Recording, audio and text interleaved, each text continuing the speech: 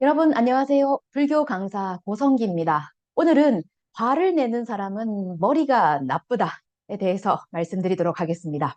화를 내는 사람은 머리가 나쁘다. 불교에서는 화를 내는 사람을 어떤 사람이라고 가르쳐 주시는지에 대해서 오늘은 말씀을 드리겠습니다. 화를 내는 사람은 어리석은 사람이다. 라고 석가께서는 말씀을 하십니다. 화를 내면 주위 사람들에게 불쾌함을 주게 됩니다. 주위 사람들을 불행하게 만들기도 합니다. 그리고 무엇보다도 화를 내면 나 자신이 불행해집니다. 예전에 길거리에서 싸움을 하던 두 사람이 정확하게 말하면 싸움을 하려고 했던 두 사람 중에 한 명이 바로 그 자리에서 쓰러져서 죽었다는 예가 있습니다. 너무 화를 많이 냈기 때문이죠. 그리고 동물원에 있던 하마가 임신을 한 하마가 그 사육원들이 좀 더 넓은 장소로 이동시켜서 더 좋게 지낼 수 있도록 이동시키려고 했는데 하마는 화가 나서 거부를 하죠. 결국 임신을 한 하마였지만 그 화를 내므로써 그 뱃속에 든 하마를 잃게 됩니다. 그만큼 화를 내면 그 누구보다도 나 자신에게 해롭고 내가 불행해집니다. 남에게도 배를 끼치고 남도 불행하게 만들고 또 나 자신도 불행해지는 것이 바로 이 화를 내는 것입니다. 그렇기 때문에 불교에서는 화를 내는 사람은 참 어리석은 사람이다라고 말씀을 하십니다. 여러분들 주위에는 금방 화를 내는 사람, 그런 사람은 없나요? 만약 그런 사람이 있다면 주위에 가까이 다가가지 않도록 하는 것은 중요합니다. 하지만 내 자신은 어떤가? 내 자신은 화를 내는 사람은 아닌지 오늘은 이 영상을 통해서 자신을 한번 들여다보고 뒤돌아보았으면 합니다. 오늘은 첫 번째는 화를 내면 주위 사람들에게 불쾌함을 준다. 두 번째는 이 분노는 가면된다. 세 번째는 남에게도 피해를 주고 또 나도 불행해지는 것이 아니라 나도 행복해지고 남들도 행복해지는 길을 소개해 드리도록 하겠습니다. 화를 내면 주위 사람들에게 참 불쾌함을 줍니다. 어떤 사람은 이렇게 말합니다. 화를 내줘야 된다. 내가 무슨 말을 했는데 상대방이 잘 듣지 않거나 아니면 내 뜻대로 안 들 때, 뭔가를 전하려고 할 때 상대방이 잘 들어주지 않거나 따라주지 않을 때는 한 번씩 화를 내줘야 된다. 그래야 말을 듣는다. 이렇게 말하는 사람이 있습니다. 하지만 이것은 틀린 겁니다. 그렇지 않습니다. 화를 내지 않더라도 얼마든지 주위 사람들 아니면 내 말을 따라줬으면 하는 사람들을 공감시키고 내 말에 따를 수 있도록 할 수가 있습니다. 내가 하는 말을 납득시키고 상대방이 이해를 한다면 상대방은 기꺼이 내가 하는 말에 따라줄 것입니다. 굳이 화를 내지 않더라도 내 말을 따라줍니다. 그렇기 때문에 화를 내는 것은 100가지 손해를 보고 한 가지 이득도 없다라는 말과 같습니다.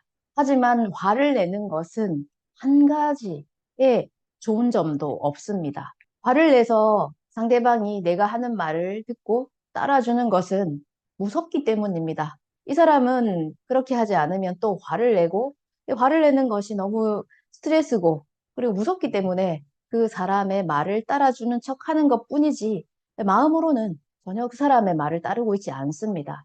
어떤 다른 계기가 찾아온다면 그런 것들이 큰 문제가 되어서 나타나겠죠. 이런 조사를 미국에서 한 적이 있습니다.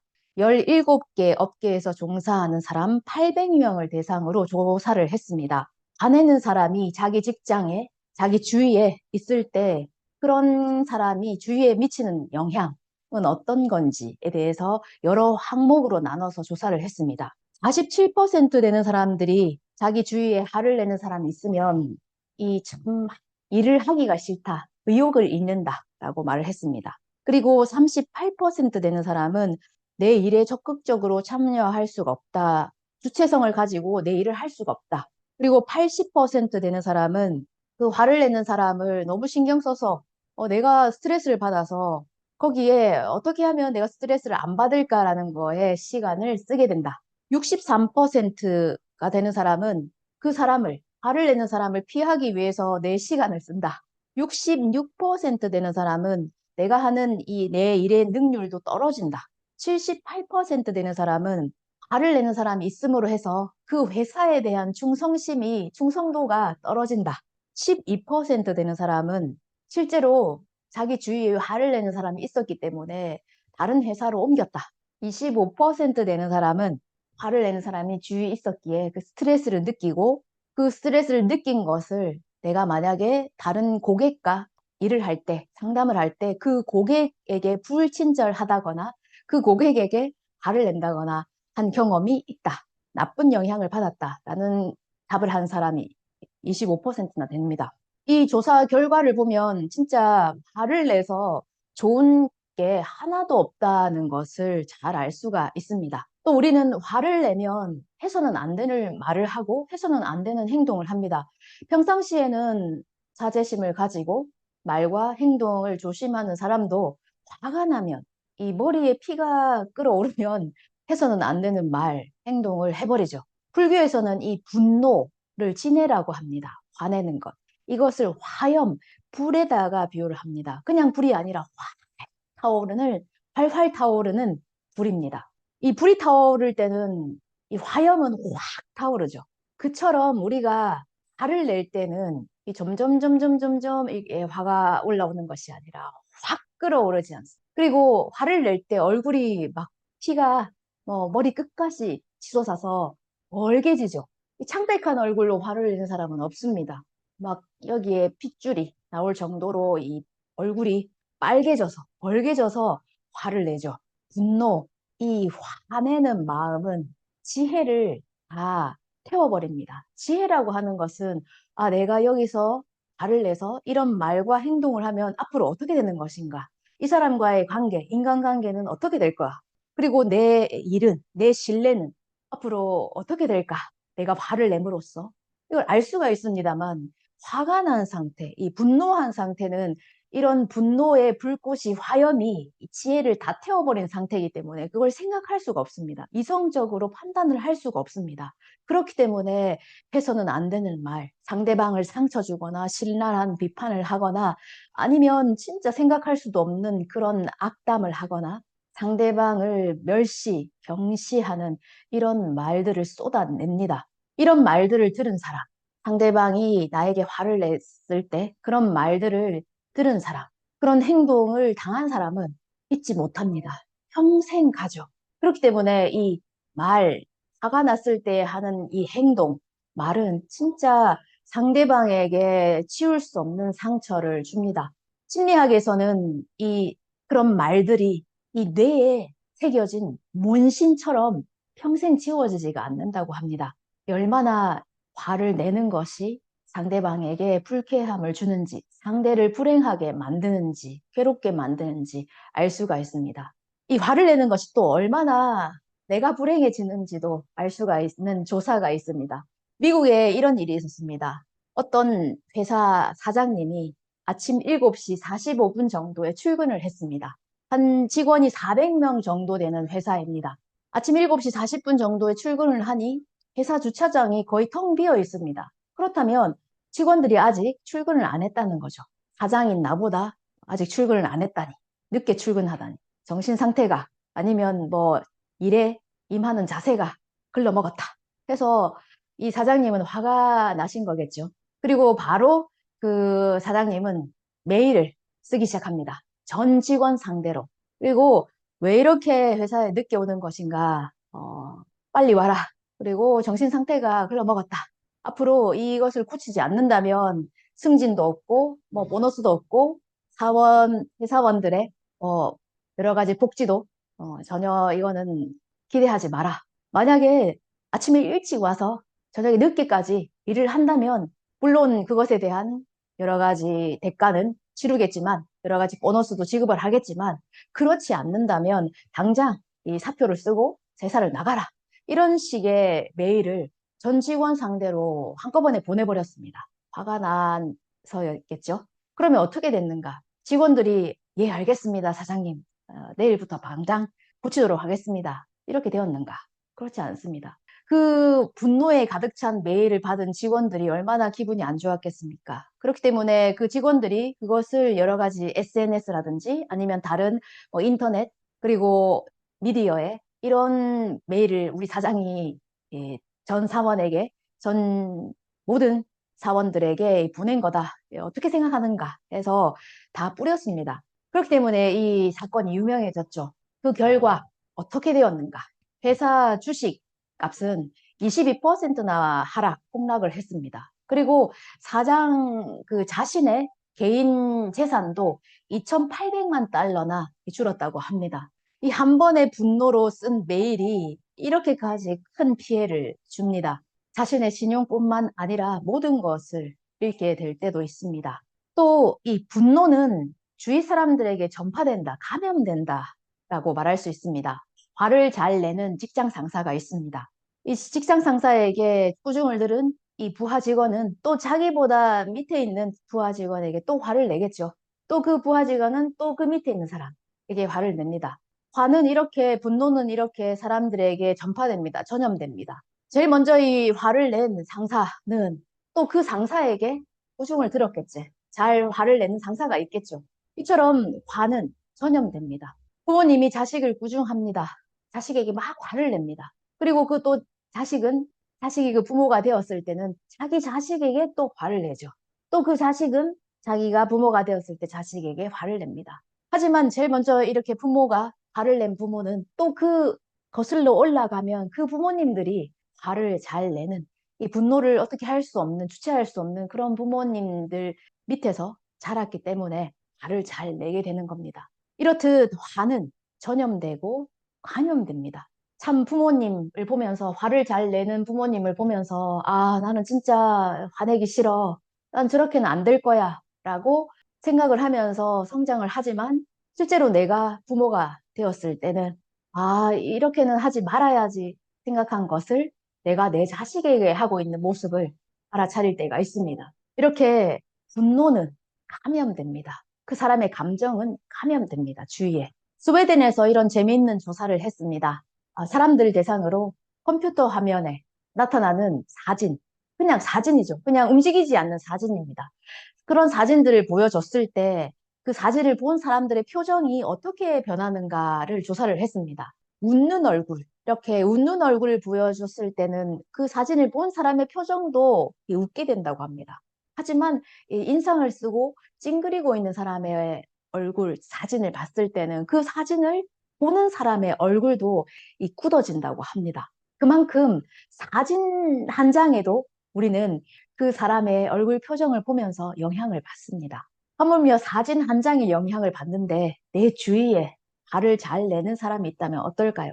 남편, 아내, 부모님, 아니면 가족 중에 화를 잘 내는 사람이 있다면 어떨까요? 그런 사람과 매일매일 만나야 되고 매일매일 얼굴을 봐야 하는 사이라면 어떨까요? 아이들은 하루에 400번 웃는다고 합니다. 하지만 어른은 하루에 20번밖에 웃질 않는다고 합니다. 그리고 하루에 5번밖에 웃지 않는 사람이 어른들의 14%나 된다고 합니다. 화를 내거나 아니면 무표정, 무뚝뚝한 얼굴로 다른 주위 사람들에게 불쾌감을 주거나 사람을 불행하게 만드는 것이 아니라 주위 사람들에게 행복을 나눠주는 그런 마음가짐이 중요할 것 같습니다. 산에 가서 외치죠. 메아리. 그러면 다시 돌아옵니다. 야호라고 말하면 야호라고 돌아오죠. 내가 먼저 외쳐야 합니다. 외치지도 않으면서 야호라고 말하지도 않으면서 왜 야호라고 안 들리지? 해서는 들리지가 않습니다. 내가 먼저 야호라고 부르면 반드시 야호라고 돌아옵니다. 그처럼 우리의 이 웃는 얼굴, 미소도 내가 먼저 웃으면 상대방도 웃습니다. 내가 찡그리면 상대방도 찡그리겠죠. 내가 먼저 웃는 얼굴로 다가가면 상대방도 웃는 얼굴로 다가와 줍니다. 나도 행복해지고 상대방도 행복해질 수가 있습니다. 어?